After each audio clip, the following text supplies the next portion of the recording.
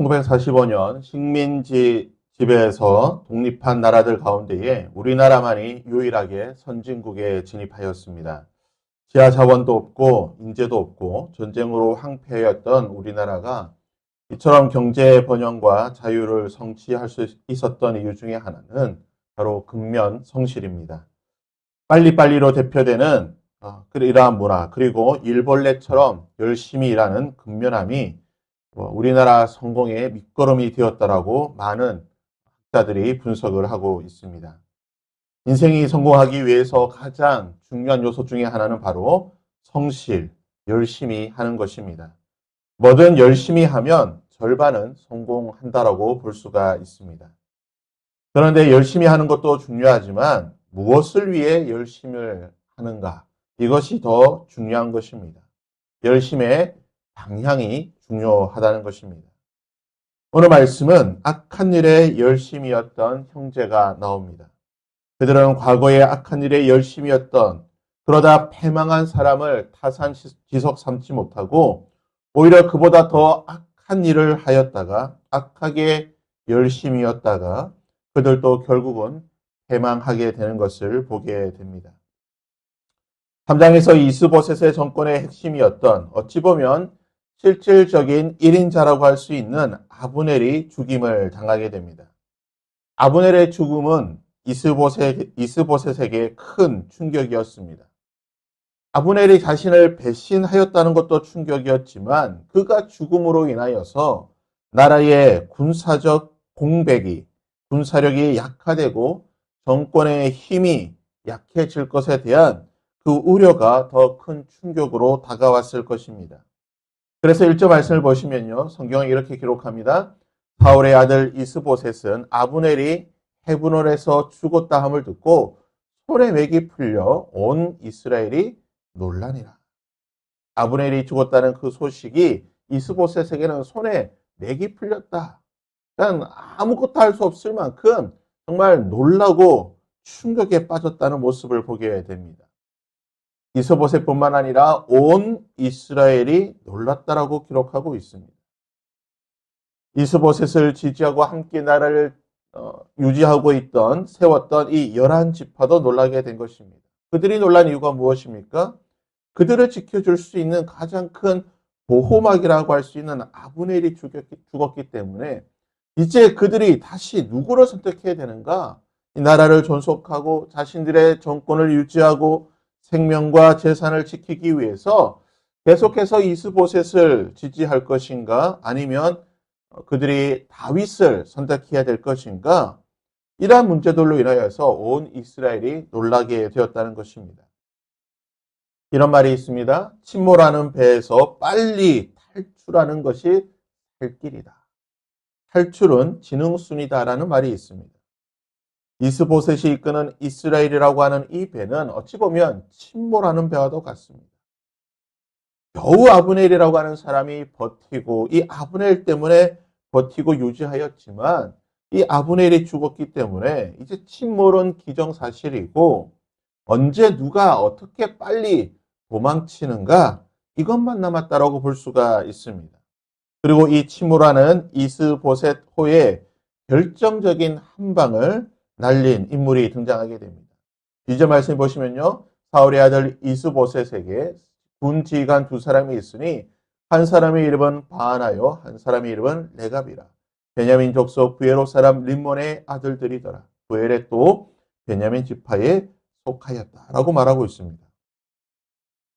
아브넬이 죽었지만 아직 그의 군대, 이스라엘의 군대는 남아 있었고 아브넬의 부하 곧 이스보셋의 신하인 두 형제 바하나와 레갑 형제가 있습니다. 특별히 그들의 본문은 그들이 베냐민 지파다. 즉 이 이스보셋과 같은 베냐민 지파라고 하는 사실을 강조하면서 3절에 이렇게 기록하고 있습니다. 일찍이 부에롯 사람들이 기타임에서 도망하여 오늘까지 거기 우거하였다라고 말하고 있습니다. 학자들은 이 3절 말씀을 주석할 때에 여러 가지 해석으로 하고 있습니다. 하지만 성경은 정확하게 이 기타임으로 도망한 것이 무슨 일 때문에 어떤 일 때문에 도망했는지를 성경은 기록하지 않고 있기 때문에 정확한 것은 알 수는 없지만 이 부엘의 사람들이 깃다임으로 도망친 것으로 인해서 아마 이들이 사울에게 큰 은혜를 입었던 것 같습니다. 사울의 어떤 지켜줌을 통해서 큰 보호함을 인해서 은혜를 입었고 아마 이러한 여러 가지 문제들로 인하여서 부에로 사람들이 사울에게 충성을 맹세하였던 것 같습니다. 그래서 이 부에로 사람들은 사울의 지지 세력이 되었고 사울의 정권을 유지하는데 큰 힘이 되었던 사람들입니다. 오랜 시간 동안 사울에게 은혜를 입고 사울의 편이 되고 사울의 충성하였던 이 부에로 사람 바나와 레가 이들은 대를 이어서 사울의 아들이었던 이스보셋에게도 충성하였습니다. 하지만 아브넬이 죽고 난 뒤에 이제 더 이상 이스보셋에게 충성하는 것이 가치 없는 것임을 깨닫게 되는 것입니다. 침몰하는 배에 머물러 있어봤자 자기들도 함께 죽게 될 것이라고 하는 것을 깨닫게 되었습니다. 그래서 그들은요, 사울과 이스보셋에게 맹세한 이 충성을 헌신자처럼 버려버리게 되고 자신들의 욕망을 위해, 자신들의 욕심을 위해 이스보셋을 죽이기로 결정하게 됩니다. 본문 말씀은 한낮의 열기가 뜨거웠던 햇볕이 아주 뜨겁게 내리쬐던 정오였음을 말하고 있습니다. 이 중동 지역에서는요, 햇볕이 내리쬐는 이 정오 무렵에는 아무 일도 하지 않는 문화가 있습니다. 햇볕이 너무나 뜨겁게 내려쬐기 때문에 밖에서 도저히 어떤 일도 할 수 없기 때문에 이 낮 시간에는 한 두세 시간 정도 낮잠을 자거나 또는 쉬는 그런 문화가 있었습니다. 그래서 5절 말씀을 보시면요. 부엘의 사람 림몬의 아들 레갑과 바하나가 길을 떠나 볕이 뜰 즈음에 그러니까 정오에 아주 햇볕이 뜨겁게 내려쬐 즈음에 이스보셋의 집에 이르니 마침 이스보셋이 침상에서 낮잠을 자고 있었다고 말합니다. 이스보셋은 그냥 팔자 좋게 낮잠을 자고 있었던 것이 아니라 그냥 당시 문화의 풍습에 습관적으로 햇볕이 뜨겁게 내리쬐는 이 시간에 쉬고 있었다는 것을 말하고 있습니다. 이스보셋이 궁정에서 쉬고 있는 것을 확인한 이 두 형제는 거짓말로 경호원들을 속이게 되고 이스보셋의 침실에 들어가 그를 죽이게 됩니다. 6절과 7절을 보시면요. 레갑과 그의 형제 바하나가 밀을 가지러 온 채 하고 집 가운데로 들어가서 그의 배를 찌르고 도망하였더라. 그들이 집에 들어가니 이스보셋이 침실에서 침상에 누워있는지라 그를 쳐 죽이고 목을 베어 그의 머리를 가지고 밤새도록 아랍의 길로 갔다라고 기록하고 있습니다. 6절과 7절이 좀 중복적으로 표현이 되어 있어서 조금 이게 우리가 헷갈리긴 하지만 아무튼 레갑과 바하나 형제가 낮잠을 자고 있던 이스보셋의 침실에 들어가 이스보셋을 죽이고 잠시 도망하였다가 다시 그 집에 들어가서 이스보셋이 죽어 있는 것을 확인하고 난 뒤에 그의 목을 베고 그의 목을 가지고 밤새도록 아라밧길로 도망쳐 달려갔다라고 말하고 있습니다. 바하나와 레갑이 이스보셋의 머리를 들고 다윗이 있던 헤브론으로 가게 됩니다. 그들이 갔던 길이 어디냐? 바로 아라밧길이라고 표현이 되어 있는데요. 지도를 보시게 되면 당시 수도였던 마하나임에서 헤브론까지 갈 수 있는 길은 크게 두 가지 길이 있습니다. 직선 거리로 가는 길이 있고 지름길이라고 표현할 수 있는 이 노란색으로 표현된 길이 있는데요. 마하나임에서 헤브론까지 일반적으로는 한 130km 정도 됩니다.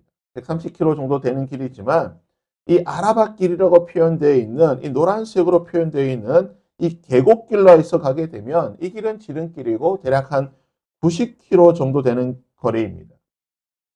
성경에서 말하기를 이 아라밧길로 갔다라고 하는 것은 이들이 군인이다 보니 여러 지름길에 대해서 잘 알고 있었던 자들이고 최단 거리로 최대한 빨리 갈 수 있는 지름길로 밤새도록 달려갔다라고 말합니다. 90km를요 밤새도록 달려가면 얼마나 달려야 되겠습니까? 하루 종일 달려야 되는 거예요. 낮에는 경비병들이 있고 여러 가지 위험한 일이 있으니까 아마 밤에만 낮에는 쉬엄쉬엄 다니고 밤에 밤새도록 달렸다고 친다고 한다면 대략 한 2, 3일 정도 길을 그들은 쉬지 않고 밤새도록 뛰어갔던 것입니다. 이들이 90km나 되는 이 거리를 밤새도록 쉬지 않고 뛰어갔던 이유가 무엇입니까? 성경이 이렇게 말합니다. 헤브론에 이르러 다윗 왕에게 이스보셋의 머리를 들이며 아뢰되 왕의 생명을 헤아려 하던 원수 사울의 아들 이스보셋의 머리가 여기 있나이다. 여호와께서 오늘 우리 주 대신 왕의 원수를 사울과 그의 자손에게 갚으셨나이다. 이스보셋의 머리를 가지고 다윗에 가져가게 되면 큰 상을 받을 것이라고 생각했던 것 같습니다. 침몰하던 배에서 탈출하여서 새로운 배라고 할 수 있는 다윗에게 가서 다시 한번 자리 잡고 한번 명성을 얻기 위해서 이들은 자신들의 주인이었던 이스보셋을 죽였던 것입니다. 하지만 이들의 생각은 오판이었음이 곧 드러나게 됩니다. 7년 전 명예와 돈 욕심에 눈이 멀어서 사울을 죽이고 자랑스럽게 그 증거를 가지고 갔던 아말렉 청년을 다윗은 준엄하게 심판하였습니다. 성경이 이렇게 말하고 있습니다. 그 7년 전의 사건을 다윗은 언급하며 7년 전에 어떤 사람, 곧 아말렉 청년이 내게 알리기를 보라, 사울이 죽었다 하며 그가 좋은 소식을 전하는 줄로 생각하였어도 내가 그를 잡아 시글락에서 죽여서 그것을 그 소식을 전한 가품으로 삼았다. 온 이스라엘에게 내가 사울의 죽음에 대해서 결코 기뻐하지 않는다. 사울의 죽인 것에 대해서 내가 그 원수를 갚았다라고 하는 것을 내가 온 이스라엘에게 알렸건만 어찌하여 너희들이 또다시 똑같은 일로 권력과 명예에 욕심이 멀었어. 악한 일에 열심을 내어서 주인을 배신하고 그것을 도리어 자랑하는 악한 일에 열심을 내어서 밤새도록 수십 킬로 쉬지 않고 달려와서 이 악한 일을 나에게 자랑하느냐. 그래야 다윗이 뭐라고 말하고 있습니까? 하물며 악인이 의인을 그의 침상 위에서 죽인 것이겠느냐. 그런즉 내가 악인의 피 흘린 죄를 너희에게 갚아서 너희를 이 땅에서 없이 하지 아니하겠느냐. 당시 쓰였던 이스보셋을 죽였던 이 두 형제에 대해서 다윗은 준엄한 하나님의 말씀으로 이들을 심판하게 되는 것입니다. 그리고 당시 시대였던 헤브론에서 이 이스보셋을 장사하여 줌으로 통해서 이스보셋의 죽음에 대해서 자신은 전혀 상관없는 무죄함을 보여주게 되는 것입니다. 사랑하는 여러분, 로마서 16장 19절 말씀은 우리에게 이러한 말씀으로 경고하고 있습니다. 너희의 순종함이 모든 사람에게 들리는지라. 그러므로 내가 너희로 말미암아 기뻐하노니 너희가 선한 데는 지혜롭고 악한 데는 미련하기를 원하노라. 우리가 우리의 열심이 어느 방향을 향해야 되는지 오늘 하루 점검할 수 있기를 바랍니다. 이 두 형제처럼 악한 일에 열심이 되지 않기를 바랍니다. 악한 데는 미련할 수 있기를 바랍니다. 우리의 발걸음이 악한 일에는 멈출 수 있기를 바랍니다. 그리고 우리의 발걸음이 선한 데는 지혜롭고 선한 일에 열심을 낼 수 있기를 바랍니다. 주를 위한 열심, 말씀을 위한 열심, 사랑과 헌신을 향한 열심일 수 있기를 바라고 이 일에 지혜로울 수 있는 저와 여러분이 될 수 있기를. 오늘 한날 우리의 삶이 선한 데는 지혜롭고 열심일 수 있기를 주님의 이름으로 부탁드립니다.